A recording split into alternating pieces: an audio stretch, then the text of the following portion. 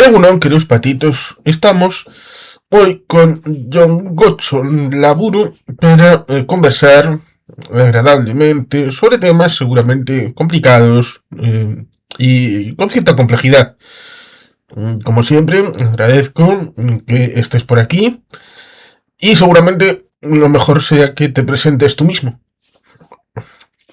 Bueno, pues Egunon, Juan Carlos, eh, mi nombre es John Godson Laburu y soy el presidente de ABAI y AEE, Asociación Vasca Amigos de Israel, Israelekiko Adiskidetasun Euskal Elkartea.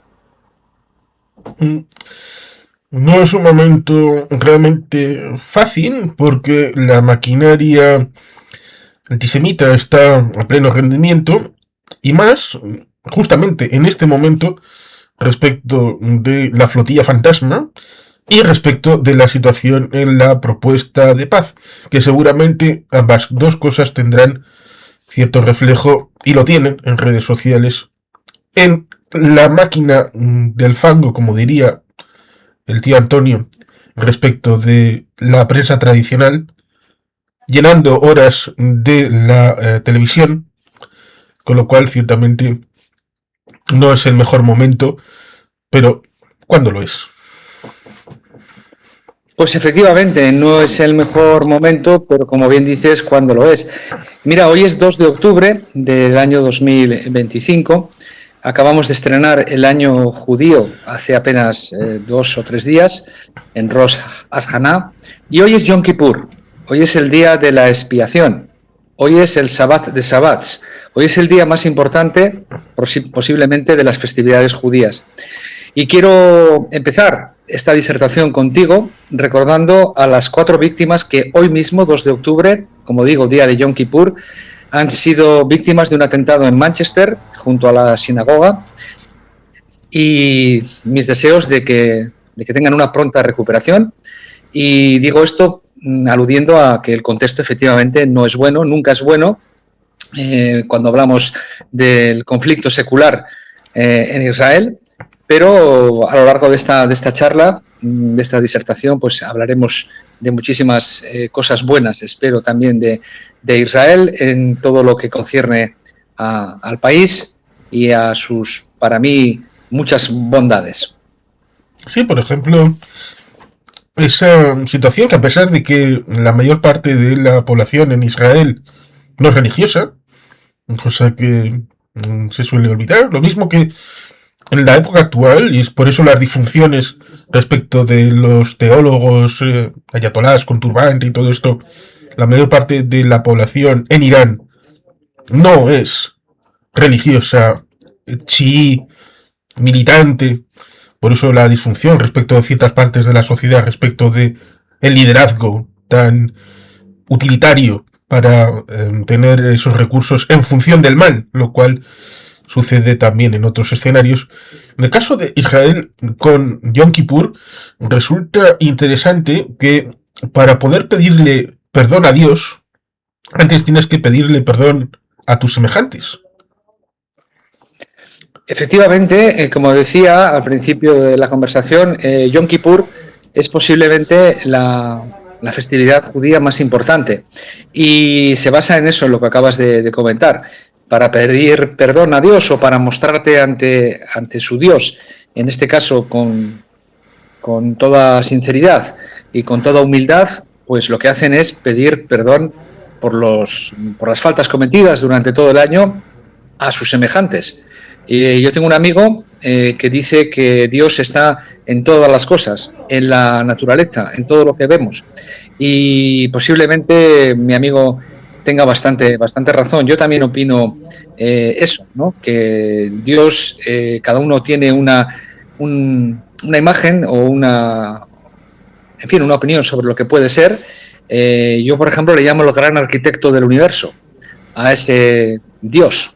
Y efectivamente, ante él se presentan tanto nosotros los cristianos como en este caso los judíos, pues se presentan ante él en el día de hoy, de Yom Kippur, pidiendo perdón por las faltas que hayan podido cometer ante el prójimo. Sí, creo que hubo un interesante estudioso que habló del dios de las cosas para hablar de un dios en la naturaleza. Pero supongo que la situación es más interesante si remito al hecho de que en Israel, en el ámbito de la sociedad, teniendo en cuenta de que la población es un 20% árabe, un 18,5% de cariz musulmán, y hemos podido ver imágenes de bombardeos, sobre todo con estas cosas que lanzan los hutíes cada cierto tiempo, musulmanes entrando en sinagogas porque eran lugares de refugio. Eso normalmente no suele salir, como muchas otras cosas al exterior, respecto de una sociedad tolerante, integrada, unida. Efectivamente, esas cosas no suelen salir. Desde los atentados, desde los ataques del 7 de octubre de 2023, ahora dentro de apenas 3 o 4 días se va a cumplir el segundo aniversario de esos ataques. Desde entonces, en Europa, no solamente en Europa, en todo el mundo, vamos a decirlo así, salen las imágenes de la guerra, de una parte de lo que está sucediendo allí. No salen esas imágenes que acabas de decir, como tampoco sale, por ejemplo, y lo has comentado tú, ese 20% de musulmanes que viven en Israel y que ninguno de ellos, ni uno solo de esos musulmanes árabes que viven y trabajan en Israel, ha sido, digamos, molestado o ha sido aniquilado o ha sido exterminado. Viene esto a colación de la famosa palabra genocidio. Yo me niego a decir genocidio, al menos hasta que un tribunal imparcial, independiente, internacional, así lo dictamine. Porque, desde luego, no puede haber un genocidio como tal, como lo que etimológicamente significa esa palabra, en un país que tiene, no sé si has dicho 2 o 3 millones, has dicho el 20%, son unos 3 millones de musulmanes palestinos los que viven en Israel, en todo Israel y en Cisjordania. De lo que está sucediendo desde los ataques del 7 de octubre del 23 es que hay una guerra focalizada en Gaza, en la franja de Gaza. Y me consta que el objetivo de Israel es acabar, y es lo que está haciendo, con los combatientes que están allí en Gaza, que son fundamentalmente de dos ramas, de Hamas y también de la yihad islámica. Eso es lo que no sale en los medios, eso es lo que no se ve en Europa. Se ven unas cifras, se habla, por ejemplo, de 66.000 muertos. Digo, por ejemplo, 66.000 porque hace apenas unos días Albanese, la señora que es la encargada en la ONU de difundir otro tipo de cifras, le añadió un cero y en vez de 66.000 eran 660.000 o 680.000. Cada día bailan las cifras. Lo que es absolutamente cierto es que Hamas, que controla la franja desde el año 2005, contabiliza todas las muertes que haya en la franja desde el 7 de octubre del 23 hasta hoy, Yom Kippur, 2 de octubre de 2025, todas las muertes las contabiliza como producto de la guerra. Las naturales, las de combatientes y no combatientes, las de combatientes no las califica como lo que son, como un acto de guerra entre dos partes, sino que dice que son genocidio, y entonces dicen 66.000 muertos. ¿No te has preguntado o no se han preguntado los oyentes por qué nunca se ven imágenes de hombres muertos en la franja? Son mujeres, son niños, nunca hay hombres. ¿Dónde están todos los batallones y todas las compañías de yihadistas que han sido eliminadas por Israel desde el año 2023, desde los ataques del 7 de octubre? ¿Dónde están? Posiblemente sean un altísimo porcentaje, yo diría que entre el 90 y el 95% de todas las víctimas que desgraciadamente se producen en las guerras y digo desgraciadamente sobre todo por las víctimas civiles. En este sentido, hay estudios que están hablando de un porcentaje muchísimo menor de víctimas civiles que las guerras sucedidas en Afganistán o en Irak, por ejemplo. Pero de esas cosas tampoco se habla en Europa ni en América. Nadie quiere hablar de esas cifras.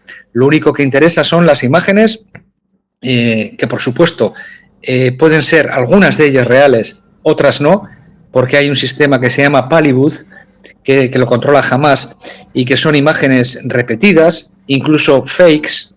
Eso es así, son fakes, no son reales. Algunas sí son reales, porque desgraciadamente pues se producen víctimas civiles, pero también se producen víctimas, por ejemplo, con fuego amigo de Hamas. Se han lanzado desde el año 2005 más de 20.000 cohetes y proyectiles desde la Franja de Gaza a territorio de Israel. Se calcula que un 20% de esos misiles han fallado y han caído en la franja. Eso ha producido víctimas. De eso nadie habla. Solamente se habla de la palabra genocidio, que, insisto, yo personalmente me niego a considerarlo como tal hasta que un tribunal independiente, cuando digo independiente es realmente eso, independiente, no en una ONU trufada y sesgada de parte, que es lo que está haciendo, calificar de genocidio, y eso está entrando en la mente de muchísima gente, y lo dan como tal, lo dan como que es así, que es genocidio.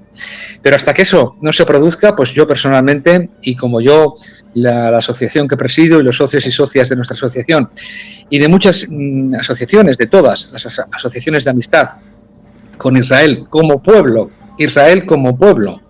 insisto, nosotros somos amigos de Israel como tal, no somos una asociación política, ni estamos a favor ni en contra, ni tenemos por qué estar a favor o en contra de los gobiernos de Israel. Tenemos nuestra propia opinión, que si quieres te la puedo comentar. Bueno, yo a eso puedo decir que el gobierno de Israel sale de la Knesset y la Knesset la votan los ciudadanos de Israel, los que tienen pasaporte y viven allí, lo cual ocurre con cualquier gobierno democrático ligado a un ámbito legislativo, judicial y ejecutivo. Por lo tanto, no tiene por qué gustarte o no gustarte el gobierno de Israel para tener una solidaridad con un determinado pueblo. Porque, pues efectivamente, es así. Porque quiero añadir que lo de la culpa colectiva, y eso viene de algunos intelectuales que partieron en paralelo en el ámbito de lo que acabó siendo, bueno, el movimiento este de los hermanos musulmanes, y en el ámbito de los neocon también en Estados Unidos, nos encontraríamos con que la culpa colectiva se cristalizó el 11M contra el conjunto de los españoles por la culpa atribuida a Aznar respecto de la guerra en Irak. Por ejemplo, sí, es un buen ejemplo el que pones sobre la mesa, porque efectivamente culpabilizar a todo un pueblo. Mira, Israel es, si no el que más, uno de los países que yo conozco más plurales que existen, aparte de ser la única democracia de Oriente Medio, de un Estado de Derecho y garantista, tan garantista como que tiene 3 causas judiciales su actual primer ministro, el señor Netanyahu. Cosa que en otros países pues no ocurre así. Quiero decir, es un Estado de Derecho y una democracia tan garantista que hasta su propio primer ministro, el jefe de gobierno, tiene causas judiciales pendientes. Y en este sentido, efectivamente, ahondando un poquito en lo que dices de culpabilizar o no culpabilizar a todo un pueblo, nosotros, nuestra asociación, que viene de muy lejos, está fundada en Euskadi. Los gérmenes de esta asociación datan del año 1980, y si quieres te entro un poco en materia y te cuento cómo se fundó esta asociación y por qué y dónde nos enseñaron un poco lo que tú estás diciendo, ¿no? A no culpabilizar a todo un pueblo por lo que pueda hacer un gobierno de turno. Es como lo que ha pasado con el equipo Israel Premier Tech en la Vuelta Ciclista a España. ¿Qué culpa tienen los ciclistas profesionales que están ejerciendo su trabajo para que sean vetados de esa manera y, no sé, es un nuevo pogromo, prácticamente es un nuevo pogromo contra ellos, pero Sí. bueno, te voy a decir un poquito dónde aprendimos Que es un nosotros. equipo privado, no es una selección nacional. Sí, por supuesto, es un equipo privado, efectivamente, tú lo has dicho, pero bueno, ya sabes, la caza del judío parece que ha vuelto a estar de moda en Europa. En Sí. Baracaldo, aquí en Euskadi, tuvimos un episodio con jugadores de ajedrez, ha habido otros Sí. episodios que no han salido a la prensa de deportistas que han tenido que competir sin la camiseta azul y blanca de Israel.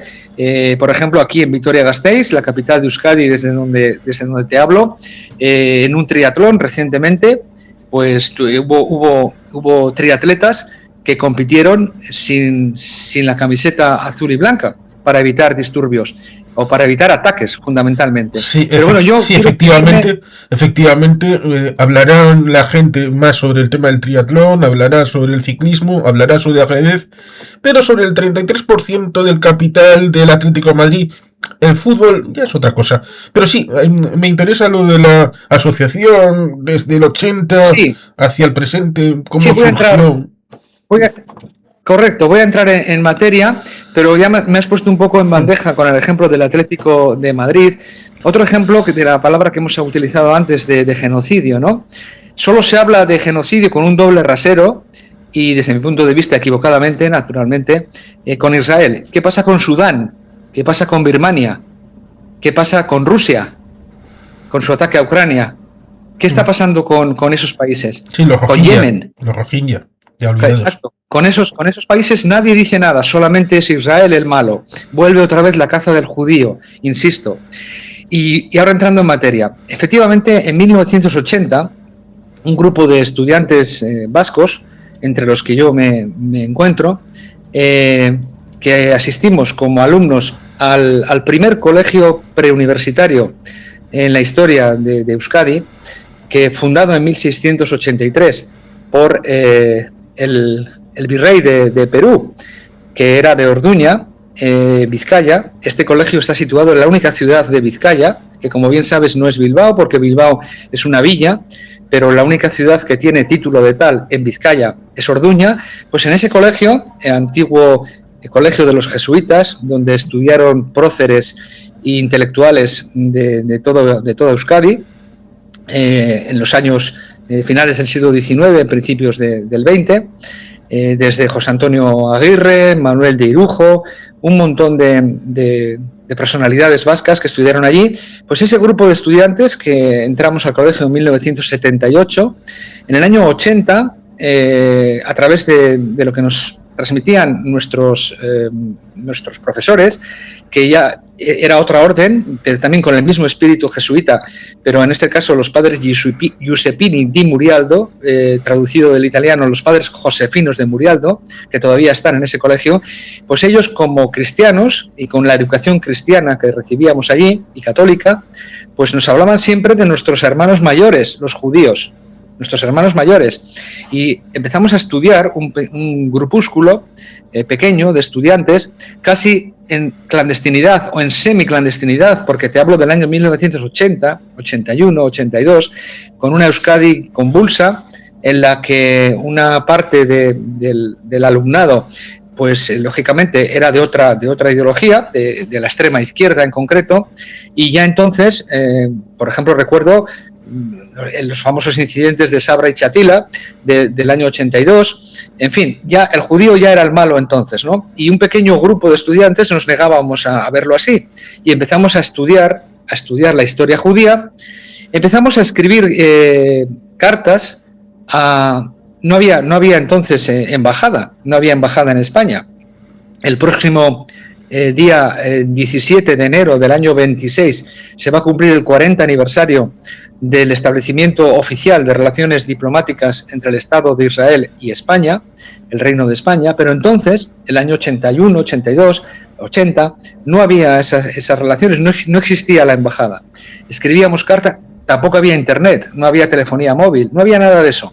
Nosotros teníamos 16, 17, 18 años y escribíamos cartas para poder ir a los kibutzim, a los kibbutz, a poder ir a trabajar allí, a aprender, a hacer una inmersión en el sistema cooperativista que ha sido el germen te lo voy a decir, el germen del verdadero socialismo que tanto, por ejemplo, la extrema izquierda añora. Bueno, pues mayor socialismo y mayor izquierdismo, digamos, que el de los kibbutz, difícilmente lo puede existir. Pues ahí queríamos ir nosotros a trabajar y inmersos en esos kibbutz, poder aprender de la cultura judía para contrarrestar ese odio visceral que veíamos en Euskadi, en este caso por la extrema izquierda, que campaba a sus anchas en muchos pueblos y ciudades de Euskadi en aquellos años. Y que hoy, por cierto, sigue siendo la segunda fuerza electoral en lo que es Euskadi. Y bueno, según unas encuestas que han salido hoy mismo, posiblemente pudiera ser la primera en las elecciones generales de los 4 herrialdes de Euskadi Sur. Bien, pues contra esa gente y contra esa forma de ver y de odiar a Israel nos enfrentábamos, casi en clandestinidad, como te digo, alumnos del Alto Nervión, desde Orduña, Amurrio, Laudio Llodio, Areta, Arrancudiaga, Ugao Miravalles, Arrigorriaga, Basauri y Bilbao. Alumnos que éramos de esa franja, de ese Alto Nervión, que íbamos a estudiar allí, y como te digo, casi en clandestinidad, pues hacíamos pequeñas acciones para reivindicar lo que era Israel, el verdadero Israel, que para nosotros era y es un ejemplo a seguir en muchísimas cosas, dejando el conflicto aparte. Hablamos de premios Nobel, de su índice de premios Nobel altísimo. Hablamos de que convirtieron un desierto en un vergel. Hablamos que hoy, en 2025, las cooperativas agrarias vascas todavía viajan a Israel para aprender sistemas de riego por goteo, para aprender tecnologías que son de Israel, que son judías. Ahora mismo estamos hablando tú y yo en una disertación por unos teléfonos, por telefonía móvil, y con unos sistemas en nuestras terminales que son judías, que son israelíes. ¿Qué pasaría a toda esa gente que tanto despotrica contra Israel y que quiere romper relaciones de todo tipo, comerciales, y que quiere, en fin, hacer boicot, la famosa palabra boicot a Israel, boicot a Israel? ¿Qué pasaría si se quedasen sin estos instrumentos que nos permiten ahora comunicarnos a nosotros? ¿Qué pasaría a esos trabajadores, y me dirijo especialmente a ellos, que hace 2 días en Beasain, sede de la CAF de Beasain, una de las empresas punteras de Euskadi, qué les pasaría si la empresa, como ellos piden, o al parecer piden, rompe todas las relaciones comerciales con Israel y un contrato millonario que han tenido y todavía tienen en vigor para hacer una línea de metro del tranvía en Jerusalén se viene abajo? ¿Dónde van a trabajar? ¿O creen que el dinero viene del aire?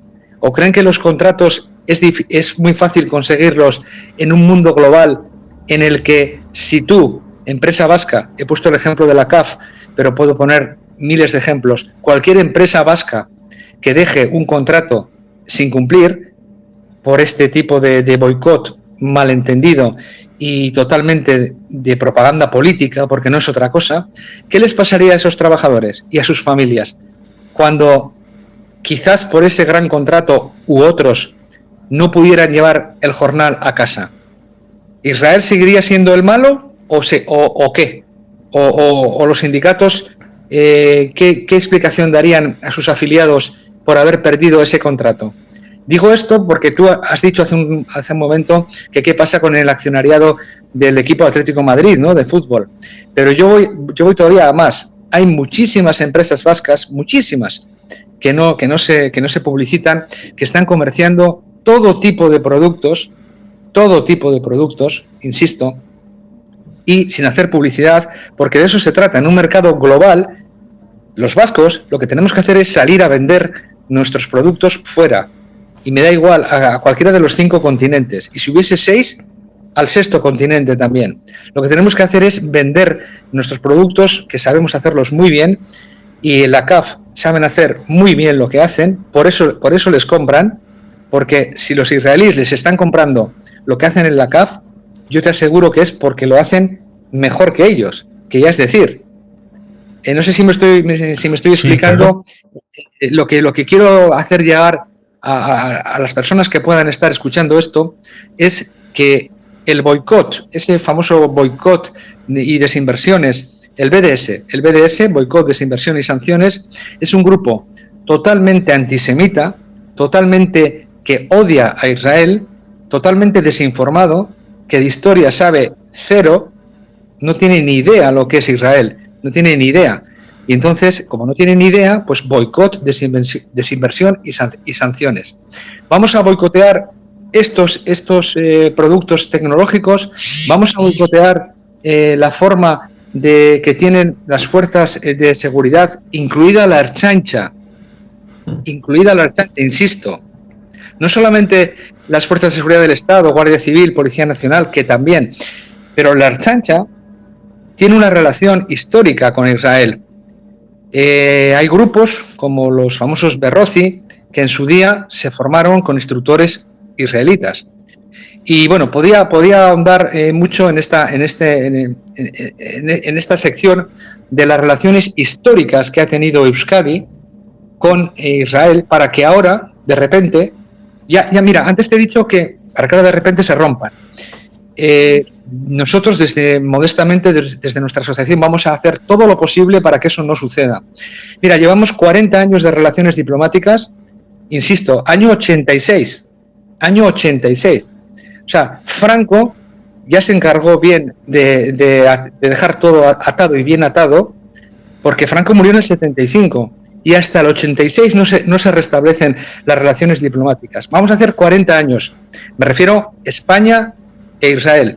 Pero Euskadi, nosotros los vascos, incluso antes de la creación del Estado de Israel, que fue el 15 de mayo de 1948, mira, un año antes, en el 47, Euskadi, a través de sus hombres, armas y dinero, esos tres factores, y con esto me estoy dirigiendo a ciertos políticos que tienen la memoria muy frágil, a ciertos políticos mayoritarios en Euskadi, pero con memoria muy frágil, insisto, hombres, armas y dinero, el año 47 participan con la Haganah y con el Irgun en la primera emigración clandestina de supervivientes del Holocausto a Israel.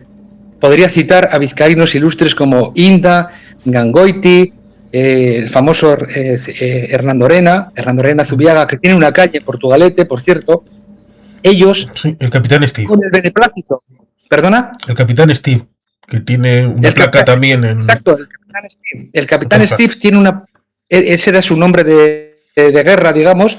Hernandorena Zubiaga, de Cabieces, de Vizcaya, con una calle en Portugalete. Él, por supuesto, con el beneplácito, él y otros 100 hombres más, marinos de la Marina Mercante de Euskadi, bregados en 1000 batallas con sus barcos, incluso en la Guerra Civil Española, pues tienen que ir al exilio, se tienen que marchar como perdedores de la guerra, y el gobierno vasco en el exilio, con el beneplácito de don José Antonio Aguirre de Cube, nuestro Lehendakari, con su beneplácito, ayudan al pueblo judío enviando esos hombres, ese dinero y esas armas, por cierto, checas, compradas por el gobierno vasco y para la Haganah, que luchaba contra el Imperio Británico, que estaba invadiendo, esos sí que estaban invadiendo territorio de Judea y Samaria. Bien, con esto digo que las relaciones de Euskadi son muy anteriores a la creación del Estado judío, para que ahora vengan unos iluminados a querer enseñarnos, a los que sí creo modestamente que algo sabemos de esto, que vengan a intentar enseñarnos entelequias y cosas que no son para nada ciertas. Si me permites, al hilo de esta relación de Euskadi y con el pueblo de Israel, te voy a contar una pequeña anécdota que no sé si igual la conoces o la pueden conocer tus oyentes, ¿no? Mira, cuando la primigenia ETA, Euskaditas Katasuna, la organización ETA, se funda en el año 59, por un grupo sobre todo de vizcaínos también, en este caso, ¿no? En Bilbao, concretamente en Bilbao, por hijos de la burguesía, Sí. de la burguesía, de gente pues como Julen Madariaga, por ejemplo, ¿no? Benito del Valle. Que el trabajador tenía poco, más bien era un intelectual estudiante burgués. Bueno, pues Julen Madariaga, querido amigo, pide la colaboración de Israel y se cita en París con un miembro del Mossad para pedirle una cosa. Primero, el Mossad acude a esa reunión en París con Julen Madariaga y con otro miembro de la incipiente ETA y le dicen bueno, para qué era la reunión. Y entonces Julen Madariaga le pide colaboración a Israel para, le pide armas, le pide dinero, un poco lo que había hecho el gobierno vasco varios años antes, ¿no? En este caso, el gobierno vasco en el exilio. Y ellos que se habían peleado con ese gobierno vasco, al que consideraban inactivo y al que consideraban blando, etcétera, etcétera, me río yo de eso, ¿no? Me río porque realmente no era así. Pero bueno, Julen Madariaga, cuando va a París y le pide eso, el miembro del Mossad le dice, muy bien, ¿y ustedes por qué luchan? Y entonces le dice, queremos independizar la independencia de Euskadi y luchamos contra España, contra el franquismo, contra la dictadura y contra Francia, contra los dos estados opresores. Muy bien, le dice el interlocutor hebreo. Dentro de una semana voy a consultar a mi gobierno y dentro de una semana tendrá usted la respuesta. Efectivamente, vuelve a Tel Aviv y al de una semana vuelve a París. Se vuelve a reunir con estos miembros de ETA y les dice, la respuesta es no les vamos a ayudar. Y la explicación es la siguiente. Ustedes me han dicho que quieren luchar contra España. España es una dictadura, Francisco Franco es el que gobierna en España porque ganó la guerra contra ustedes, entre otros, y efectivamente Israel no tiene ninguna pega, les podríamos ayudar porque somos un estado de incipiente de derecho, llevamos apenas unos años de la creación del Estado de Israel, pero hay una cosa por la que no vamos a pasar. Ustedes dicen que van a luchar contra Francia y Francia es una democracia. Por lo tanto, nosotros no podemos meternos ahí. Y ese fue un poco, termino ya la anécdota, ese fue un poquito el cortar la relación con esos que luego hicieron lo que hicieron a lo largo de tantos años de terrorismo, etcétera, etcétera. Terrorismo al que ahora parece que son muy amigos esta izquierda extrema, la vasca y la española. Digo que son muy amigos porque, hacen exactamente lo mismo, ¿no? Hacen exactamente lo mismo. Hamas y la yihad islámica, con sus ataques del 7 de octubre, atentados brutales, pues no se diferencian mucho de lo que hizo ETA durante tantos años de terrorismo. Sí, no se diferencia de Vic, Zaragoza, Hipercor. Y es cierto que posteriormente hubo grupos de izquierda presuntamente nacionalistas, pero claro, yo tengo para mí que lo de la independencia con la entrada del marxismo-leninismo en estos grupos era instrumental. Por la razón de que en 1945, teniendo en cuenta ya la lucha en el ámbito de lo que fue la consecuencia del Vita entre Prieto, Negrín, que ya venía del 36 cuando Besteiro, Largo Caballero y el propio Prieto tenían un partido socialista dividido en 3 y luego en 2, la oposición al franquismo en el exilio de la República estaba tan dividida que era imposible tener un gobierno alternativo a Franco, y por lo tanto las potencias occidentales anglo-británicas, anglosajonas, estadounidenses, británicos, dijeron, bueno, para esto, pues mejor que la cosa se quede como está, en vez de meternos en turbulencias, y por eso, en cierta medida, hay esa situación en el ámbito de cómo establecer un régimen que sea subordinado a Moscú en la Guerra Fría. Si no va a ser posible en España, pues que se independice en una zona que sea más proclive a la izquierda, como puede ser el País Vasco, con un grupo que instrumentalice lo de la independencia, pero siempre con la contradicción primaria y secundaria, que es fundamental cuando se habla de este tipo de grupos. Y luego nos encontramos Sí. con Brigadas Rojas, con el IRA, con la Bader Meinhof y con otros grupos operando en Libia o en el Valle de la Beca. Efectivamente, lo has descrito tal y como fue. Yo comparto tu opinión, una instrumentalización. Bueno, ahí está la famosa teoría del atentado más importante que hizo ETA, Quinta Asamblea, en el año 73, en diciembre, el 20 de diciembre del 73, el tiranicidio de Luis Carrero Blanco. Digo que ahí está la teoría de cómo llegó la información o cómo dejó de llegar, o cómo se hizo todo lo que se hizo, ¿no? Bueno, algún día se sabrá la verdadera historia de si había realmente capacidad operativa para hacer eso o no. Quien te habla, como periodista que soy, tuve la oportunidad de hablar en su día, por una entrevista, por unos artículos, con uno de los miembros de ETA que estuvo allí en el comando Chiquía haciendo ese atentado, ese tiranicidio de Luis Carrero Blanco, concretamente con Iñaki Pérez de Otegui Wilson, el jefe de los comandos Beresiak especiales de ETA en aquella época. Y yo le hice muchas preguntas al respecto, ¿no? Dudando un poco o planteando esta misma duda que planteo aquí, si lo hicieron solos, si lo dejaron de hacer solos, cómo se hace una T en la calle Claudio Cuello, en forma de T, para poner las cargas de dinamita en una forma de T durante un mes, sin despertar ninguna sospecha, apenas a menos de 100 metros de la embajada estadounidense. En fin, ahí están las dudas de quién les ayudó o quién no les ayudó, sobre todo por lo que tú decías de la instrumentalización. En fin, a mí el propio Wilson, lo que me dijo, me lo guardo para mí, pero ahí lo dejo, ¿no? Comparto tu teoría de la instrumentalización. Y si me permites, por no acabar con lo que decía antes de cómo se funda ABAI, la Asociación Vasca Amigos de Israel, el germen de la fundación es el año 80. Estamos muchísimos años sin darle forma, hasta el año 2013, en el que realmente se forma con el nombre de Abtaha, Asociación Cultural Abtaha, que es, la palabra Abtaha es promesa. La promesa que hace el pueblo de Vitoria-Gasteiz, en este caso de la ciudad de Vitoria, de no abandonar la memoria judía cuando ignominiosamente son expulsados los judíos en 1492 de Sefaraz.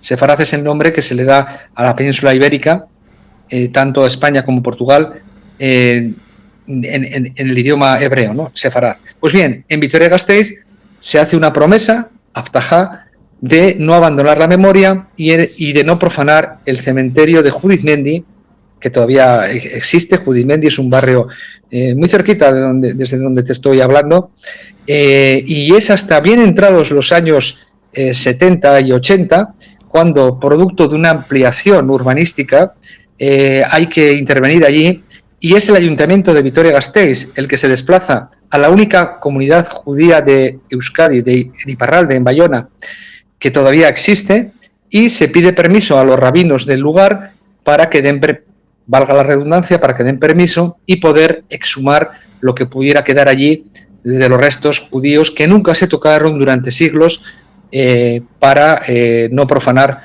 la memoria judía. Incluso se pide que el médico Tornay, que así se llamaba, y tiene una calle en Vitoria, pues no abandone Vitoria, porque era tan buen médico que ayudaba mucho a la gente de aquí, de la ciudad de Vitoria-Gasteiz. Y cuando nos fundamos en el año 2013, ya empezamos a hacer actividades, sobre todo conferencias en Bilbao, en Donosti, también aquí en Gasteiz, trayendo a los embajadores. El año 2014 tenemos el primer encuentro oficial, somos recibidos por el entonces embajador Alon Bar en Madrid, a la junta directiva de Abtaha, todavía con aquel nombre. Después el siguiente embajador, Daniel Kutner, ya con el nombre de ABAI, Asociación Vasca Amigos de Israel, Israelekiko Adiskidetasun Euskal Elkartea, viene varias veces a Euskadi, da una conferencia en el Hotel María Cristina, en Donosti, con una afluencia de público plural y muy valga la redundancia, bueno, pues muy, muy abundante. Se llena el Hotel María Cristina, uno de los salones para escucharle. Viene a Vitoria-Gasteiz varias veces. La siguiente embajadora, doña Ródica Radian Gordon, también da conferencias en la Sociedad El Sitio de Bilbao, en la Bilbaína, también en Bilbao, aquí en Gasteiz, Donosti, en fin, hacemos ese tipo de actividades siempre de una manera prudente, humilde, porque somos aproximadamente un centenar, quizás no lleguemos a un centenar de socios y socias de ABAI, porque en el contexto en el que estamos, pues hay que aplicar esa prudencia y esa humildad. Si me permites, un ejemplo de hoy es día 2 de octubre, Yom Kippur, Sí. de hace apenas 10, 12 días. El 17 de septiembre, como te digo, hace apenas 10, 12 días, no llega a 15, pues la actual embajadora Inspectore, oficialmente encargada de negocios de la embajada, la ilustrísima señora doña Dana Elrich, vino a Bilbao. Teníamos programada una conferencia en la Sociedad del Sitio y por presiones de todo tipo, que puedo detallar con pruebas, pues hubo que suspender esa conferencia que estaba programada en el Hotel Silken Indautxu de Bilbao. Pero a tal punto llegó la presión, para que veas cómo es la situación real del año 2025, a tal punto llegó la presión para tener que suspender la conferencia de Dana Elrich aquí en Bilbao, que fuimos advertidos por los diferentes servicios de información, de Ertzaintza, Guardia Civil, Policía Nacional, que el acto iba a ser boicoteado con violencia. Insisto, ya no la crítica legítima, que la crítica legítima, nosotros como librepensadores y como demócratas a carta cabal, no solamente la admitimos, sino que exhortamos a la gente a que se exprese libremente. Solo faltaría. La libertad de expresión es sagrada para nosotros.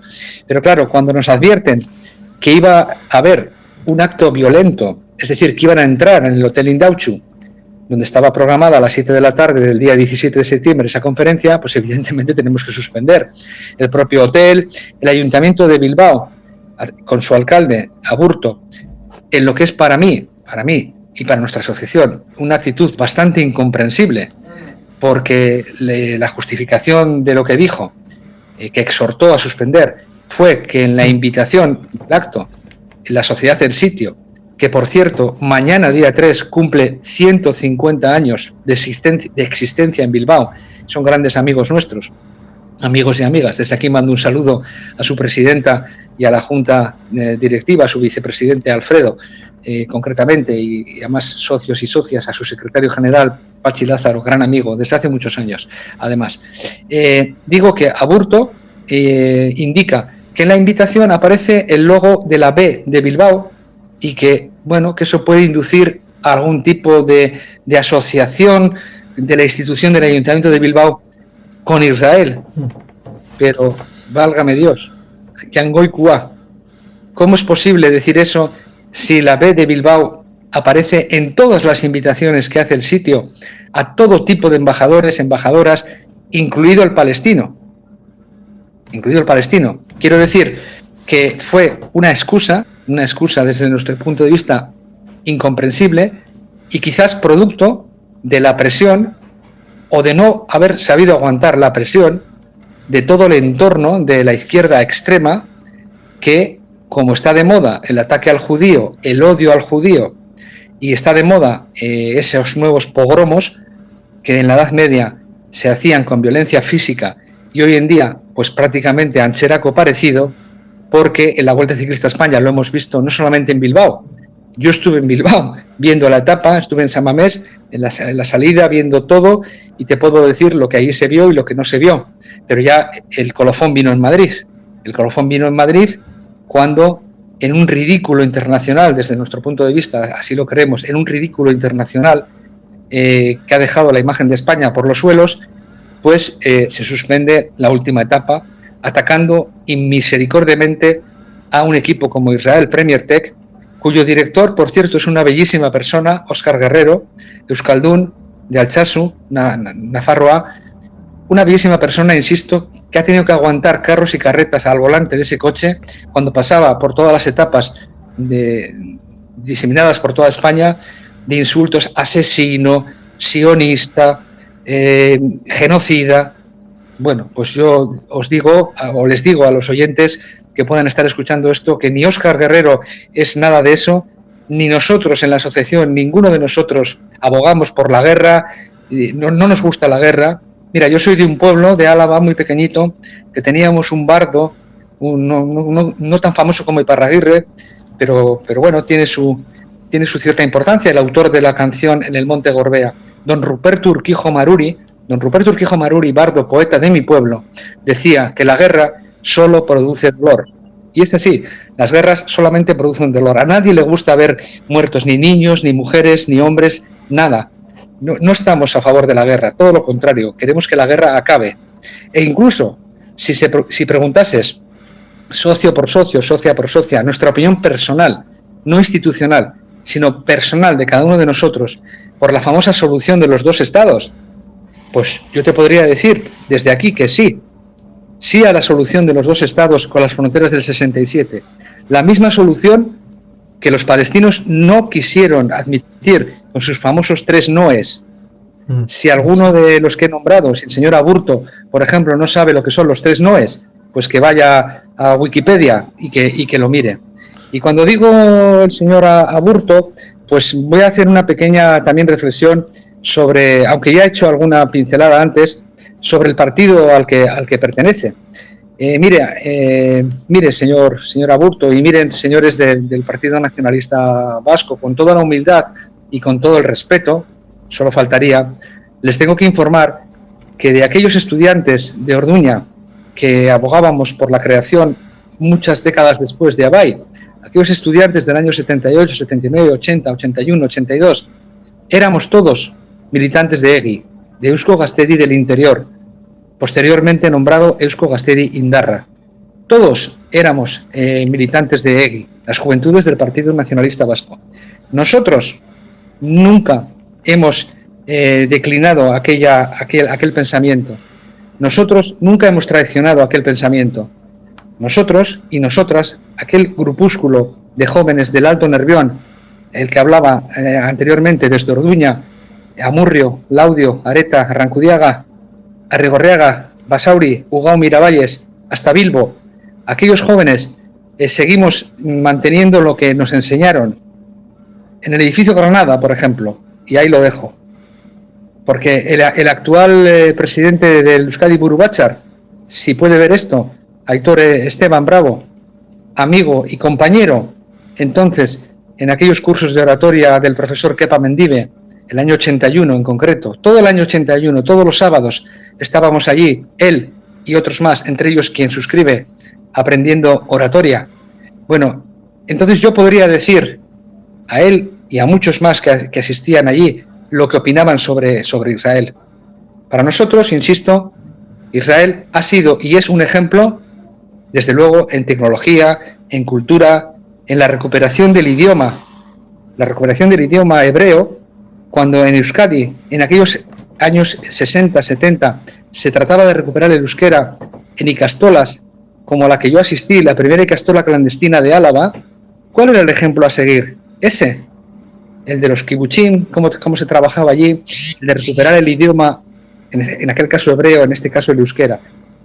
Así que sirva esta pequeña crítica constructiva, insisto, nada beligerante, todo lo contrario, sirva para recordarles cuál es el verdadero lado correcto de la historia y cuál es el no verdadero. Yo cuando veo a ciertas personas, dirigentes, con unas pegatinas aquí, Stop Genocidio, pues en fin, les instaría a que miren lo que significa la palabra genocidio. Si Israel quisiera cometer un genocidio, empezaría por los 3 millones de palestinos que viven en este momento en Israel y que trabajan allí. No tendría por qué ir a Gaza. Empezaría destruyendo o aniquilando a los árabes, musulmanes, palestinos que viven allí. Ni uno solo de ellos, ha sido molestado, ni exterminado, ni nada. Solamente están encarcelados y están digamos, perseguidos los miembros de Hamás. Quiero recordar, con esto voy a terminar para darte la palabra, querido amigo. Quiero recordar que desde el año 2005 está gobernada la Franja de Gaza por Hamás. Hamás, que es un movimiento que en su artículo número 1 de fundación dice: queremos exterminar al Estado de Israel. El famoso eslogan desde el río hasta el mar. Bueno, pues desde el río Jordán hasta el mar Mediterráneo, allá hay un pueblo que lleva 4.000 años de historia, que es el pueblo judío. Judea y Samaria. Lo que hoy es Cisjordania, o llaman Cisjordania algunos, es Judea y Samaria. Podríamos ahondar sobre lo que significa la palabra Palestina, etcétera, etcétera, pero insisto, como nosotros somos gente moderada y somos gente demócrata a carta cabal, y mañana mismo firmaríamos una paz y un país con 2 estados, ¿por qué no? ¿Por qué no? Si ya lo hizo la ONU en el año 67. Bueno, a pesar de todo eso, insisto, que la crítica que acabo de realizar es siempre constructiva. Héctor Esteban Bravo pasó por un conversatorio en este canal sobre pueblos nativos americanos. Si tengo que decir de mí mismo... Recuerdo para él. Soy el número 3119 Bachoqui de Algorta. Ese sería yo. Resulta interesante porque si hablamos de Palestina es un ataque de cierto emperador romano a la revuelta de Bar Kokhba por el mero hecho de que los romanos les dio por romanizar la ciudad de Jerusalén. Qué picajosos son estos judíos que se les ocurre levantarse porque en vez de poner un templo a su dios, querían levantar un templo al culto imperial. Hombre, obviamente es un poquito irónico. Lo mismo que no es irónico el hecho de que el término Palestina remitiría a los filistín de la época del final de la Edad del Bronce y vendidos de los pueblos del mar, con lo cual sería el término extranjero del ámbito griego, pero a partir de ahí se pierde si son realmente de la zona de la Hélade o si se migraron, acabaron ahí y después en ese final de la Edad del Bronce, en la época de los pueblos del mar, acabaron en la zona de Gaza con una serie de ciudades, con lo cual ahí nos encontraríamos con una mirada de 5.000 años por lo menos, y los judíos estarían de ahí desde bastante más antes, lo cual evidentemente para el ámbito actual nos encontraríamos ciertamente con el hecho de que genocidio, pues en el siglo XX ha habido 3, solo 3: el armenio, la Shoah y el caso de Ruanda en 1994. Nada más. Si quisieran introducir el término, porque Irlanda dijo, como no me encaja, vamos a cambiar la definición. Hombre, pues fantástico. Así podemos hacer un pan con unas tortas todas las veces que queramos. Pero si el término genocidio se aplicase a Gaza, entonces me saldrían que en los últimos 10 años habría otros 15 genocidios en todo el mundo. Pero de ninguno de esos se habla respecto de, por ejemplo, el movimiento de 9 millones de personas en Venezuela, inducidos por el narco régimen, que, como dijo el embajador Washington Atala en la OEA, ¿qué se creen? ¿Que esta gente ha salido a hacer turismo? Evidentemente no. Se olvidan del Congo, se olvidan de Sudán, se olvidan de un montón de guerras civiles, se olvidan de un montón de conflictos que hasta el número de 58 existen en este momento. Pero el caso de los 3 noes de la conferencia de Jartum, después de una de esas guerras que Israel tuvo que luchar porque le atacaron, siempre le han atacado, más el hecho de la guerra del perdón, en donde el tío Enrique, Henry Kissinger, le dijo a Golda Meir, oye, si atacas tú primero, no te vamos a ayudar, así que deja que te ataquen primero, y entonces igual podemos ayudarte.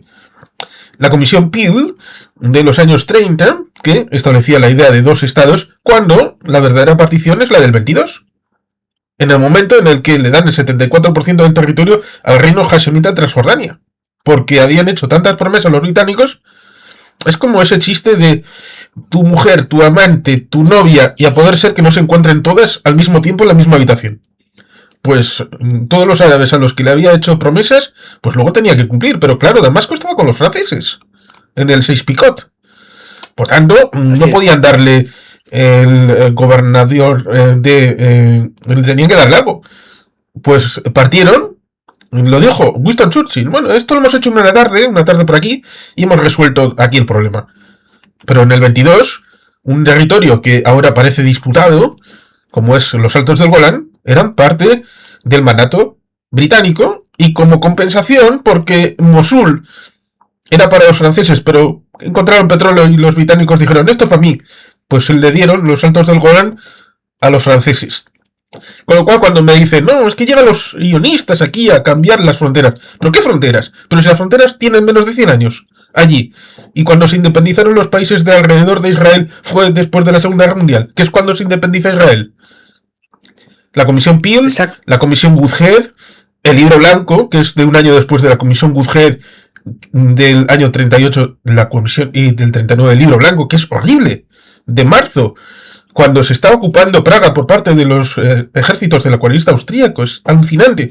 Hasta 9 veces podemos contabilizar el rechazo de la parte árabe palestina de los dos estados. 9 veces. Luego nos encontramos ciertamente la situación en el 47, la situación después del 67. Ben Gurión les dijo, ustedes, si llegan a un acuerdo conmigo de paz, les devolvemos los territorios que no nos corresponden. No hay paz, no hay problema. Pasó con Camp David, Egipto. ¿Quieren paz? ¿Nos reconocen? Ahí tienen el Sinaí. Ahí lo tienen. Correcto. Se les devolvió la península del Sinaí, correcto, sí, sí. Y no fue. Claro, es que el problema de las fronteras, que de momento no hay, es el reconocimiento. Porque yo reconozco que estoy de este lado para aquí. Pero tú reconoces que de ese lado para aquí estoy yo. ¿Qué es lo que pasó en la dificultad de hacer las fronteras entre España y Portugal? Que hasta el siglo XIX-XX no hubo un detalle mutuo de por dónde transitaba la frontera, que es, bueno, los que viven por ahí cerca se llama la raya, es, para decirlo de una manera más aproximada a cómo es el término de los convecinos. Pero ciertamente, la línea verde, hecha con un bolígrafo verde, que era lo que tenían, es un armisticio en el 49. La línea del 67 remite a cuando alguno de estos iluminados han dicho, no, 77 años de ocupación. Ya, incluyes los 20 años de ocupación de Egipto en Gaza y de los 20 años de ocupación de Jordania en Cisjordania, que es Judea y Samaria.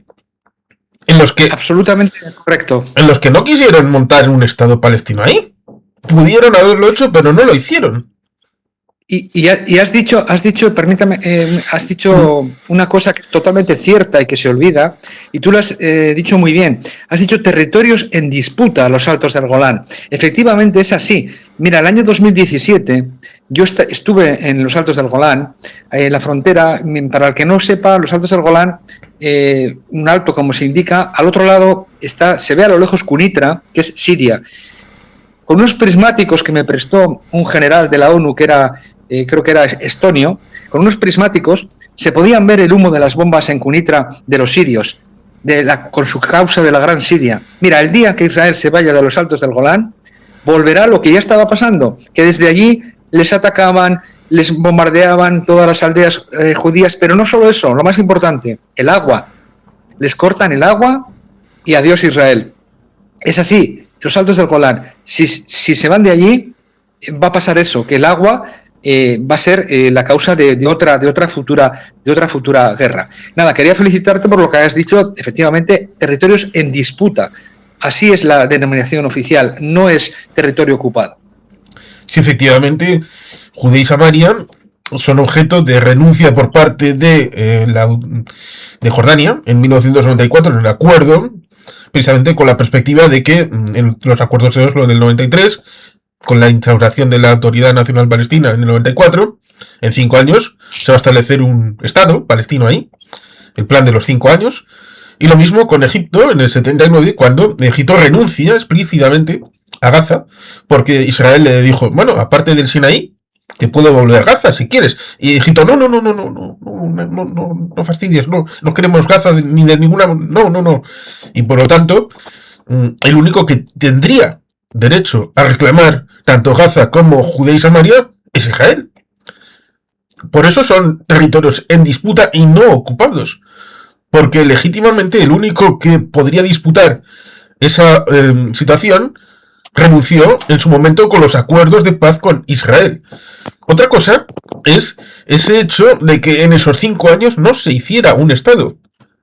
Lo cual implica también la situación de Camp David del año 2000, lo dijo Bill Clinton bastante bien, que habían estado 14 días en Camp David y Yasser Arafat había dicho que no, a todo, cuando solamente había dos temas que quedaban un poquito ahí aparcados, que eran el tema de los refugiados y el derecho al retorno, y el tema de la capitalidad.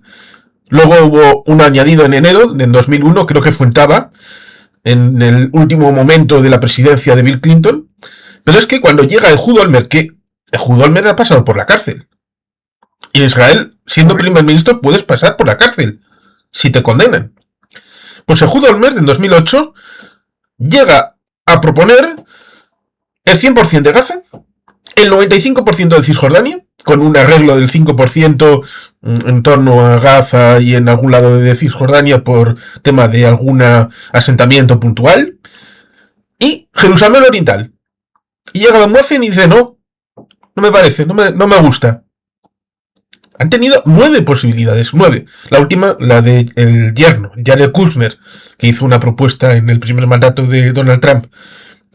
Pero es que, ciertamente, nos encontramos con esa situación en la que, de un lado y de otro, si quieres puedes hablar respecto de cómo estaba Gaza en 2005, con esos invernaderos, el tema de las flores, el tema de las fresas, los resorts que había un poco en la zona del sur, había turismo también, el tema agrícola, tenían un mercado, un nicho para exportaciones, toda la instalación de irrigación pagada por la Unión Europea y que luego fue sacada para hacer cohetes o para hacer túneles, o el tema respecto de Judea y Samaria, en donde, por el tema del BDS que decías antes, claro, no siendo un Estado, para las actividades internacionales se necesita un código, que solamente pueden tener las empresas ligadas a un Estado. ¿Quién puede darles la cobertura? Empresas israelíes que se prestan para hacer una especie de joint ventures en la que se acomodan para, bueno, trasladar el producto hecho en Judea y Samaria y luego repartir los beneficios con el garantía de lo que hace el Estado de Israel, que se queda la parte correspondiente, liquidación de impuestos, etcétera, y luego se traspasa el dinero para que lo gestione la autoridad palestina respecto de estas empresas. Con lo cual, en puridad, aquellos que piden el boicot, las desinversiones y todo esto, en realidad están atacando a empresas palestinas. Pero eso da igual, no les importa nada. Sí, sí, es así, es exactamente como lo estás diciendo. Tú eres una persona muy informada y sabes de lo que hablas. Yo diría que el 99%, con todo el respeto a la libertad de expresión de la que he hecho antes gala y por la que abogo, con todo el respeto, el 99% de los vascos, que es el ámbito que nos ocupa, en el que vivimos y en el que trabajamos, que se manifiestan gritando a voz en grito, valga la redundancia, boicot, boicot, boicot, están efectivamente tirando piedras sobre el tejado de los trabajadores palestinos que, insisto, en cifra de más de 2 millones, casi 3 millones, están trabajando todos los días en esas empresas joint venture, como tú bien decías, y es ir en contra de ellos. Yo, el caso más flagrante, que es el caso más cercano que todos conocemos, es el de la CAF de Beasain. De verdad que en su conciencia, cuando después de manifestarse pacíficamente frente a la empresa Beasain, vayan a casa y estén en la mesa cenando, comiendo con su mujer, con sus hijos, a los que llevan el jornal, bien ellos o bien ellas, de verdad que en conciencia quieren cargarse un contrato del tranvía de Jerusalén que va a conectar, dicen ellos, como dicen, colonias de los colonos, ¿cómo que los colonos? Y los árabes que están ahí trabajando, palestinos, que hay que conocer, yo les invito a que vayan a Israel y vean la realidad del país. Les invito a que vayan y que lo pateen, y luego no nos podemos quejar nosotros, los euskaldunes, cuando hace 30, 40 años nos pasaba algo parecido. Íbamos por España con nuestros coches BI, SSVI, NA, las matrículas, y aparecían las ruedas pinchadas, porque éramos todos unos terroristas y éramos todos unos malos malísimos.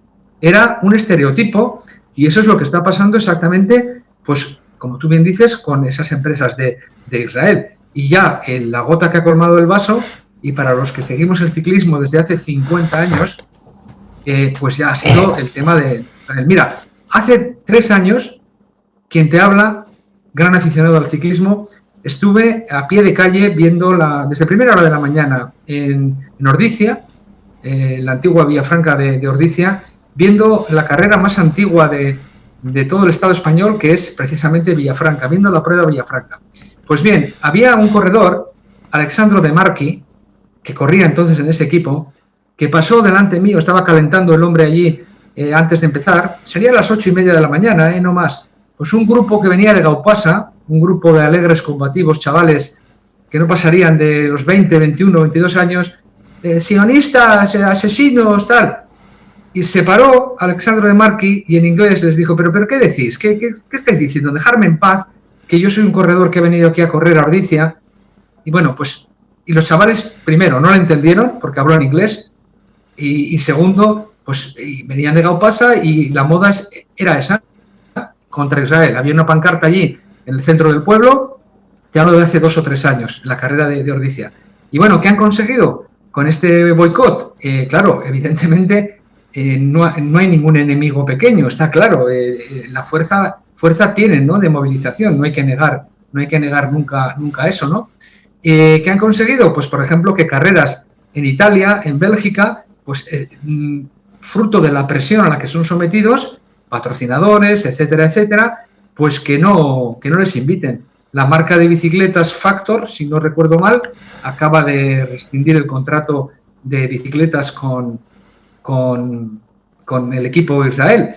Yo me pregunto, si tú o yo o alguien que nos pueda estar escuchando fuésemos directivos de la antigua Beistige y Hermanos, que os sonará como BH, empresa alavesa de bicicletas, o la Orbea, otra empresa euskaldun de bicicletas buenísimas, ¿qué pasaría si el dueño del Israel les dice, le quiero hacer a usted un contrato para ir al Tour de Francia, al Giro de Italia, a la Vuelta a España con sus bicicletas?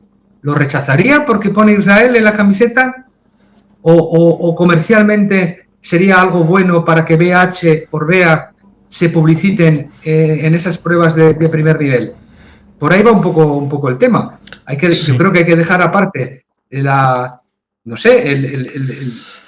política en este caso, porque es un tema político, ese boicot que hacen, y ir al tema comercial, al tema industrial, al tema de progreso. Insisto, para mí un caso paradigmático es la CAF de Beasain, cuyo comité de empresa está jugando, desde mi punto de vista, y ojalá escuchen esto, estáis jugando con el dinero de vuestros trabajadores y de las familias que viven en la comarca del Goierri. Eso es lo que estáis haciendo desde mi punto de vista, y no solo mío, que yo no soy nadie, sino del de muchísima gente euskaldun que opina exactamente lo mismo. Y así lo único que vais a hacer es cargaros a Euskadi, cargaros el progreso de Euskadi. Eso es lo único que vais a hacer, porque la gente lo que quiere es trabajar, vivir en paz, en progreso, en armonía, y ser amigos de todos los pueblos del mundo. Primero, la Europa de los pueblos, por lo que algunos abogamos desde hace muchísimos años. Y segundo, un vasco debe ser universal y debe estar con su mente y con su espíritu en cualquier parte del mundo, porque todos somos iguales. Sí, efectivamente, ahí está el megacontrato de CAF en Bélgica, que está costando más que un dolor de muelas para determinados personajes en París, que creen que todo era para ellos, y la competitividad y la competencia hace que el mejor pueda ganar un contrato. Y el hecho de que si pasara eso de rescindir el contrato con el tranvía en Jerusalén, pues igual CAF tendría que cerrar estando a las puertas de un contrato maravilloso que podría dar trabajo por bastante tiempo a esa gente que trabaja en Beasain y en otras plantas de CAF en todo el mundo. Con lo cual ahí nos encontramos nos encontramos con una situación respecto del tema que decías de las bicicletas. Eibar, Vitoria. De ahí surgió la Vuelta a España, lo cual resulta ciertamente curioso y paradójico para algunos. Nos encontramos con esa situación respecto de la Vuelta, en donde el Israel Premier Tex estuvo en el Tour y no pasó absolutamente nada. Lo cual ciertamente es para reflexionar y hacer reflexionar, porque de las invitaciones no fue voluntaria, sino vino por el cupo, ya muy menguado, porque parece que de otros años han ido quitando de este cupo por clasificatoria, por puntos. Israel Premier Tex no le regalaron nada. Entró por la pedalada de sus ciclistas Correcto. en otras competiciones. No sé si serás Así fan, es. no sé si eres fan de Eurovisión.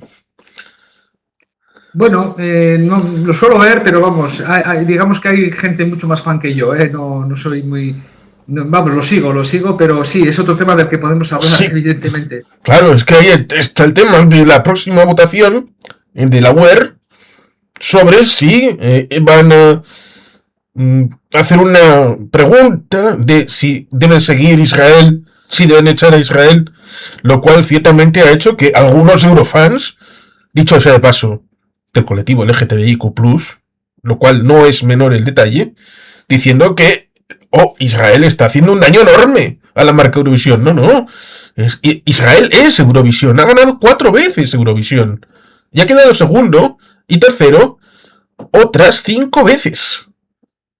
Es igual de Correcto. importante que un Suecia, que un Irlanda, teniendo un impacto tremendo en el festival. Y con el añadido, Dana Internacional cuando ganó con una canción que gustó muchísimo, reflejo de que el único lugar de todo Oriente Medio donde se puede hacer la marcha del orgullo es Tel Aviv. Y eso es sintomático. Cuando se pone una bandera trans al lado de la Palestina, eso es horrible, es flagrante. Sí, Casi como... contradictio Sí, que se llama casi en el como argot, sacar la contradictio. bandera de Irán, que han salido este año. Han sacado en Así es. España banderas de Irán. Sí. El doble rasero, querido amigo, el doble rasero para medir y para atacar a uno, a Israel en este caso, y a otros no. Mira, volviendo al tema de Euskadi, del comercio, de las industrias. Mira, te voy a poner otro ejemplo, pero visto con mis ojos, ¿eh? No, a mí no me lo ha contado nadie, a mí no me tiene que contar nadie porque uno ya casi peina canas y algo de experiencia tenemos. Mira, la primera caravana por la paz al Sáhara fue el año 90, el mes de marzo, y quien te habla fue integrante de esa caravana. O sea que lecciones sobre beligerancia y sobre guerras a otros, a mí ninguna. Y en esa Sí. caravana por la paz, que todavía estaba en guerra el Frente Polisario con Marruecos, cuando llegamos allí estuvimos casi 3 meses, marzo, abril, mayo, viviendo en las jaimas con ellos, con los soldados. Yo concretamente estuve con Mohamed Salem, con Has Hamed, con varios dirigentes del Polisario allí viviendo con ellos. Una tarde me llevaron a ver un campo de prisioneros marroquíes y material de guerra capturado al enemigo. ¿Por qué te cuento esto? Porque yo vi con mis propios ojos morteros que ponía Made in Spain. Anda, me acerqué, Made in Spain, Munguía, no Murguía, Álava con R, Munguía, con G, Vizcaya. Quiero decir que empresas armamentísticas vascas han comerciado y siguen comerciando con multitud de lugares del mundo, como por otra parte, pues bueno, fuera parte del tema ético de las armas o no, pues debe ser, te he puesto el ejemplo este que yo vi en el Sáhara, ahí en los campamentos de refugiados en Esmara y en Tinduf, pero te puedo volver al de la CAF o a empresas de vidrio, de siderometalurgia en Álava, punteras, pues que deben vender sus productos.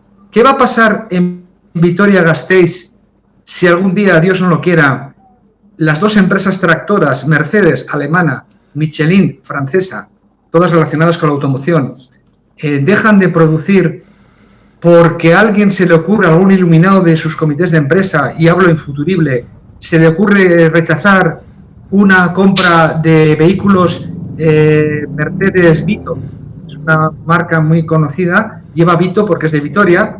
Imagínate, es un futurible que el gobierno de Israel o de los vecinos, el de Jordania o Egipto, piden un pedido enorme de Vitos y lo rechazan. No, es Israel el que lo pide, no vamos a vender nuestros productos. Pues ¿qué va a pasar? Pues que va a ir otro, va a ir ese país, Israel, a otra marca, a la Bayerische Motorenwerke, por ejemplo, a la BMW de Baviera, o va a ir a los japoneses de Toyota, o va a ir los coreanos de Kia y va a comprar coches allí. Sería un error. ¿O qué va a pasar si la empresa Vidrala para los edificios de Tel Aviv, esos enormes edificios que hay en Tel Aviv, rechaza un pedido de lunas de vidrio? ¿O qué va a pasar si para las futuras extracciones petrolíferas en el mar, enfrente de Haifa, se rechaza un posible pedido en Tubacex, empresa, o en Tubos Reunidos, empresas punteras del sector de tubos por extrusión en Álava? ¿Qué pasa? ¿Que se va a rechazar por el hecho de ser Israel? ¿De qué va a comer el Valle de Ayala? ¿Dónde están radicadas esas tres últimas que he dicho? ¿O de qué van a comer las miles de familias de Mercedes y Michelin en Vitoria? No hay que jugar con esas cosas, no hay que jugar con las cosas de comer y del futuro de nuestros hijos e hijas. Eso es lo que los comités de empresa, la CAF y los otros, los sindicatos, sobre todo los sindicatos, en fin, los que están en esos comités de empresa. Sería largo y tendido hablar también del cambio de postura de algún sindicato en concreto, pero bueno, eso sería para otro podcast o para otro conversatorio, ¿no? En otra ocasión. Sí, efectivamente. A lo que voy es... Sí, adelante. Porque efectivamente sería largo, por ejemplo, algo que seguramente le ha salido a más de uno, a Gorka Ochoa, diciendo: necesita cemento y hormigón la zona de Urdaibai. Bueno, si miramos un mapa de la zona de Urdaibai, pues entonces igual habría que derruir viviendas, evacuar a personas, y seguimos el razonamiento hasta su último desarrollo. Con lo cual, ciertamente, hay posicionamientos que son inaplicables, salvo por el dogma, y siempre que se quede en etéreo. Así es. Y mira, volviendo un poco al tema, al leitmotiv que nos ocupa en esta conversación, ¿no? Que es Israel y todo lo que rodea. No me quiero olvidar, hablando de ese odio visceral, pero quizás por mala información. Una de las actividades que nuestra asociación más hace es la labor pedagógica, la labor de intentar, pues como con este conversatorio que amablemente me has invitado, de intentar abrir los ojos con datos reales de lo que es realmente Israel, ¿no? Lo que no puede ser, bajo ningún concepto, es que tenga que venir casi clandestinamente el pasado 17 de septiembre aquí a Vitoria-Gasteiz, al cementerio judío del que te hablaba hace unos minutos, la embajadora in pectore, la encargada de negocios oficial, que es Dana Elrich, que por cierto ha sido llamada hoy por el ministro de Asuntos Exteriores español, ha sido llamada a consultas por la famosa flotilla. A ver, que cómo es posible que Israel les haya interceptado. Pero vamos a ver, señor Álvarez, ¿qué haría usted si un grupo de barcos portugueses, mejor dicho, desde Portugal, entran, o de Francia, con activistas de cualquier causa, llegan a los puertos de Lekeitio, de Bermeo, de la costa vizcaína, de Pasajes de San Juan, de Don Ivane? ¿Qué harían las fuerzas de seguridad del Estado, ahora que están las transferencias con los puertos, que sí, que si no? ¿O qué haría la Archancha? Pues evidentemente lo que tienen que hacer es defender, que es la ley está para cumplirla. Hay aguas internacionales.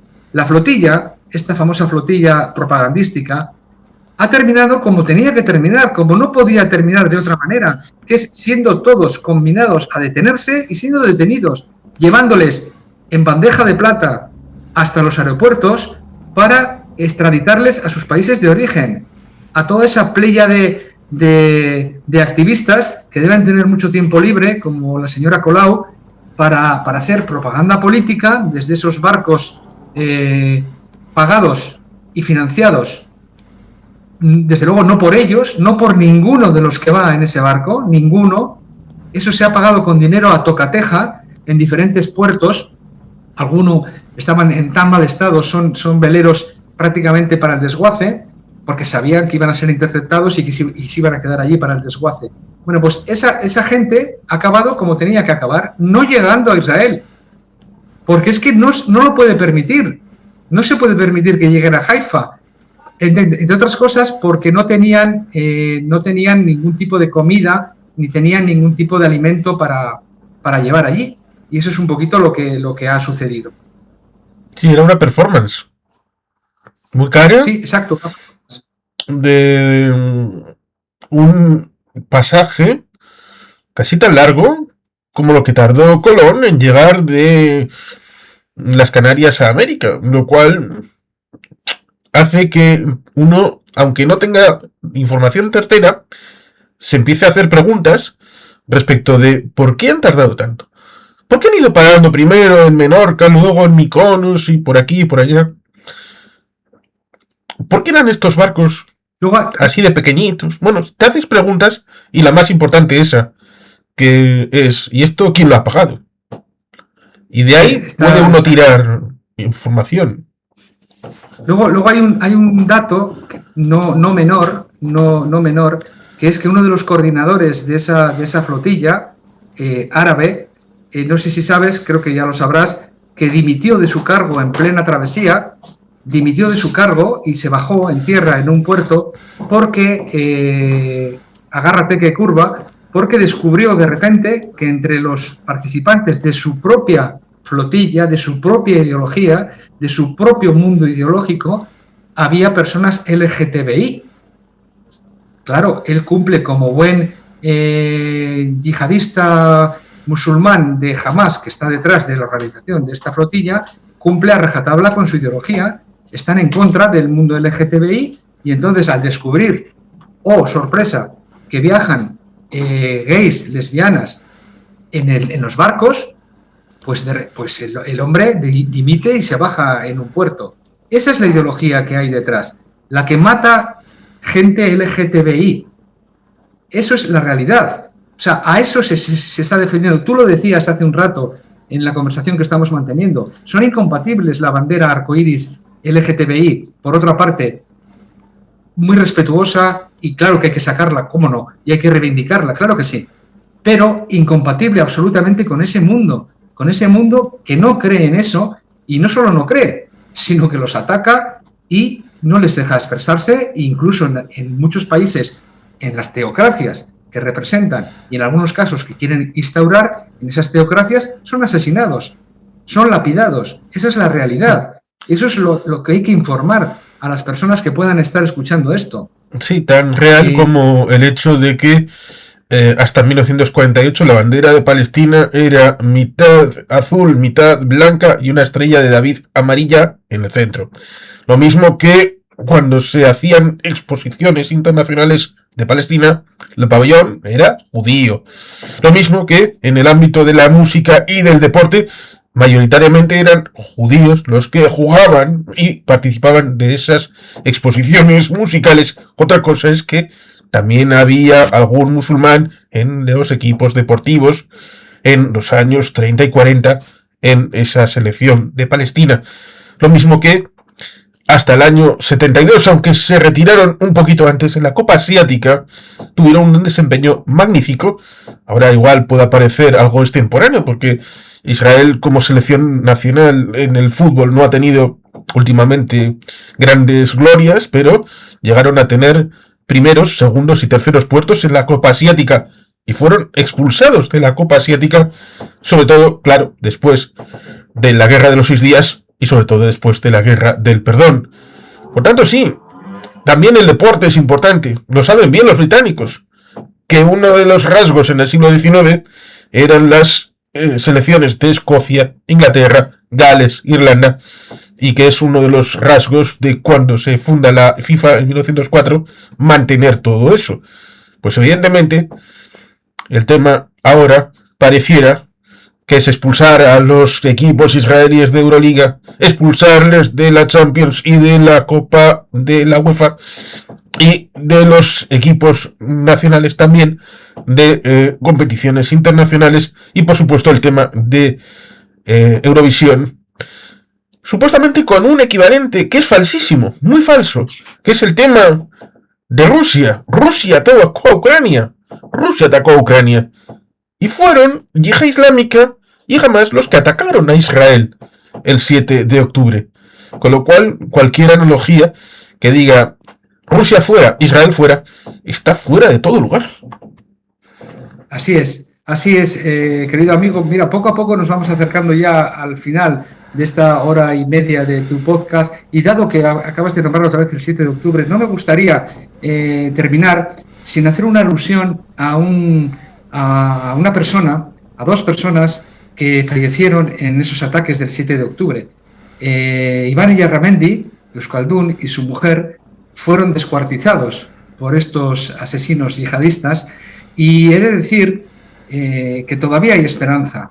Todavía hay esperanza en que, a pesar de que en Euskadi las imágenes puedan parecer que todo Euskadi es pro-palestino y Israel son los malos malísimos y demás, mira, te voy a poner un ejemplo relacionado con Iván.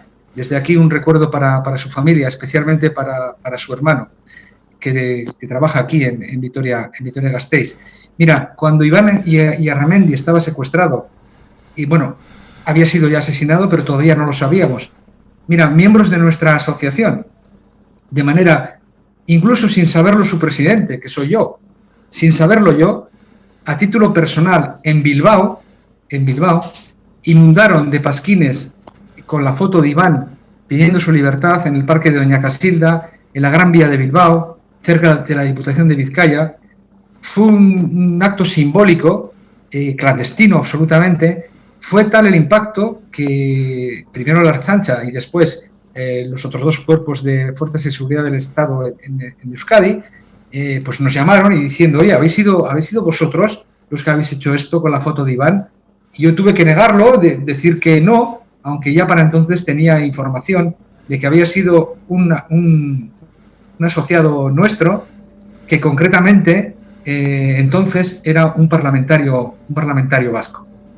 Quiero decir que todavía hay esperanza en que personas estudiadas como tú, que ya lo has demostrado en lo que llevamos de conversación, aportando datos fidedignos, contrastables, empíricos. Eso es lo importante, que un dato sea empírico y no solamente una opinión.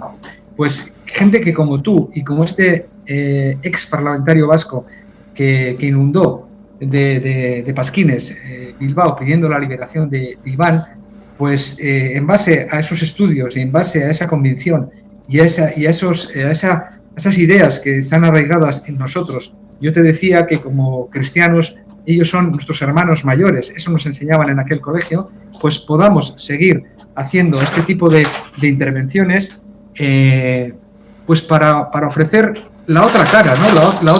la otra versión de lo que realmente hay en Euskadi. Y este es el mensaje que quiero trasladar. Hay muchísimos vascos que somos euskaldunes, que somos amigos de Israel. No de ahora, no desde el año 23 con los ataques infames que sufrió y en esta guerra que todos queremos que termine ya. No sé si será con el plan Trump o cómo será, porque hoy mismo, Yom Kippur, 2 de octubre del 25, Hamas acaba de publicar un comunicado rechazando absolutamente, un comunicado de 18 puntos rechazándolo. No sé cómo vendrá al final de la guerra, pero nosotros mañana y pasado, como hace un año, como hace 20 años, como hace 40 años, seguiremos siendo amigos de Israel, seguiremos siendo amigos de Israel como pueblo, un pueblo milenario que en absoluto merece ese odio ancestral que desconocemos las causas. Realmente tú quizás hayas escuchado, yo lo he escuchado, incluso a nuestros haitites, cuando nos decían, hacías una barrabasada jugando, decían, ¿qué judiada habrás hecho? ¿Qué judiada has hecho? ¿Qué judiada has hecho? Eso está muy metido en el colectivo en todas partes, no solamente en Euskadi. Bueno, en el resto, en el Estado español, decir judío todavía en algunos pueblos de la España profunda se asocia con los que mataron a Jesucristo. Los judíos son los que mataron a Jesucristo.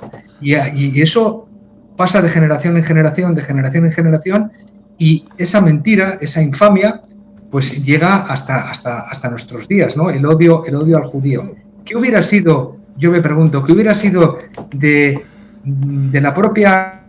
propio progreso de Euskadi, donde solamente hubo dos juderías importantes, la de Vitoria-Gasteiz y la de Balmaseda, en Vizcaya? Apenas hubo dos juderías importantes, pero dando personajes importantes, Benjamín de Tudela en Nafarroa, Benjamín de Tudela, fíjate, un escritor conocidísimo, con una obra intelectual amplísima, que por supuesto hablaba euskera en aquella época, ¿no? En la Edad Media. Lo digo esto para estos euskaldunes que no sé qué les han metido en la cabeza, que no leen nada, leer o nada o muy poco.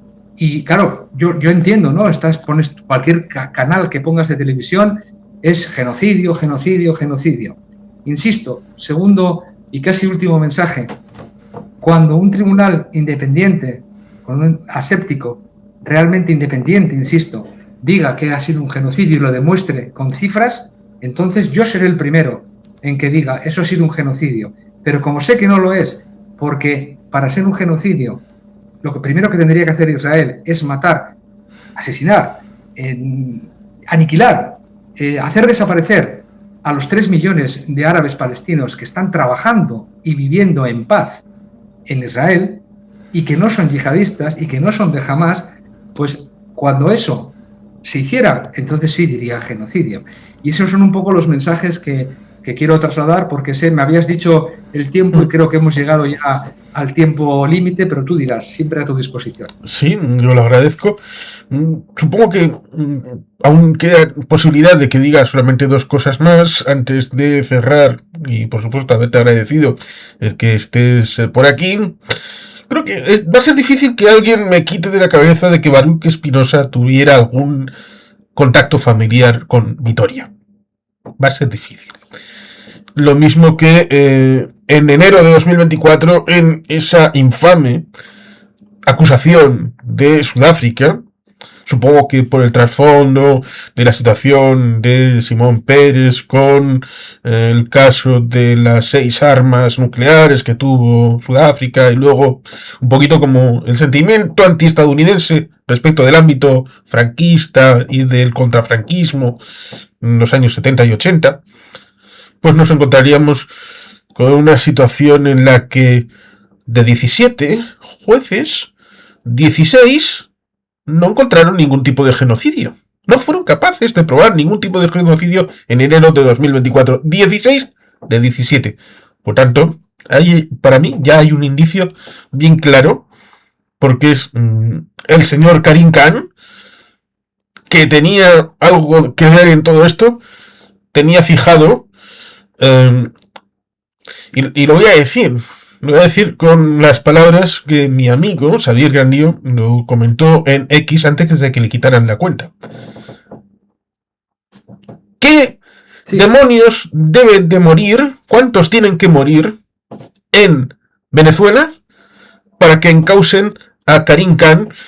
Y esto lo añado yo, que se beneficiaba con su pija, aparte del clan Maduro. Por decir este tipo de cosas, porque Karim Khan era muy receptivo a las cosas respecto de Gaza, pero en Venezuela nada. A mi amigo Xavier Grandio le quitaron la cuenta en X.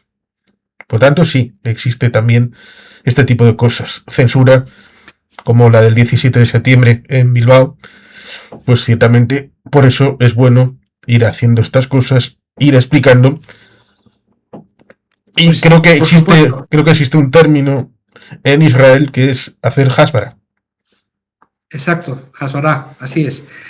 Pues agradecerte, Juan Carlos, de verdad, de todo corazón, en nombre propio, como presidente de ABAI y de cada uno de nuestros socios y socias de los 4 rialdes, de Araba, de Vizcaya, de Guipúzcoa y de Nafarroa. Mira, en Nafarroa, así como en Vizcaya, Guipúzcoa y Araba tenemos muchos socios y socias, como anécdota te lo cuento, solo tenemos uno en Nafarroa y es judío.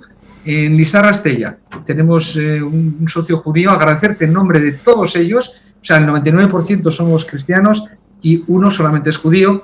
Agradecerte en nombre de todos ellos esta oportunidad que nos has dado para poder expresar nuestro punto de vista, un punto de vista de paz, de moderación, de contrario absolutamente a la guerra, por supuesto de apoyo al pueblo de Israel, al pueblo hebreo milenario, que no tiene nada que ver con todo esto que está pasando porque quiere la paz, al igual que nosotros.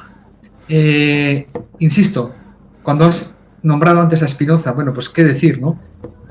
Quien te habla, como sabes, escribe algunos artículos. El último, hace poco, en Ámsterdam, cada vez que llego allí, bajo a la estatua que tiene él, a la escultura de bronce que tiene, me pongo allí, me siento junto a la escultura y me pongo a escribir inspirado en Spinoza. Spinoza es uno de nuestros referentes y siempre lo será como buen filósofo que fue y buen pensador.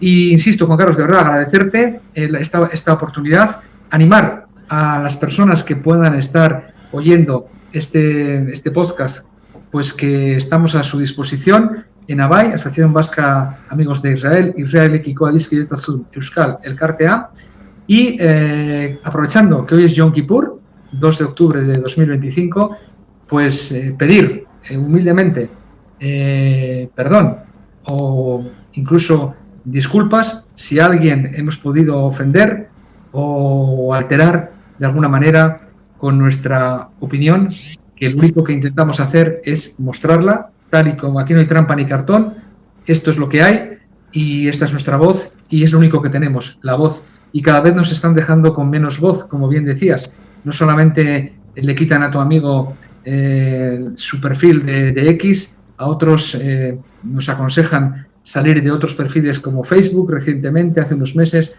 etcétera, etcétera, por los acosos que sufrimos. Mandar un abrazo también desde aquí a mi amigo Eric Domínguez, coetáneo mío, presidente de la Asociación Andaluza de Amigos de Israel. Eric es judío, Eric es parlamentario del Partido Popular en el Parlamento andaluz, con sede en Sevilla. Eric es presidente del Partido Popular de Jaén y está siendo acosado vilmente en las redes sociales por el mero hecho de ser judío. Nosotros, como cristianos, como euskaldunes, como vascos, que somos hombres libres, nosotros los vascos nacemos libres y morimos libres, no tenemos amo ni señor, ni nos arrodillamos ante nadie, no vamos a permitir que un pueblo amigo, un pueblo hermano, como es el pueblo hebreo, pues sufra esta persecución y en la medida de nuestras modestas posibilidades vamos a seguir luchando. Como bien saben, en la Embajada de Israel en España, a la que también mando un saludo desde aquí, con modestia, con humildad, pero también con perseverancia. Shalom a todos, agur bero batzen denoi, eta eskerrik asko bihotz. Eskerrik asko, Am Israel Jai. Am Israel Jai.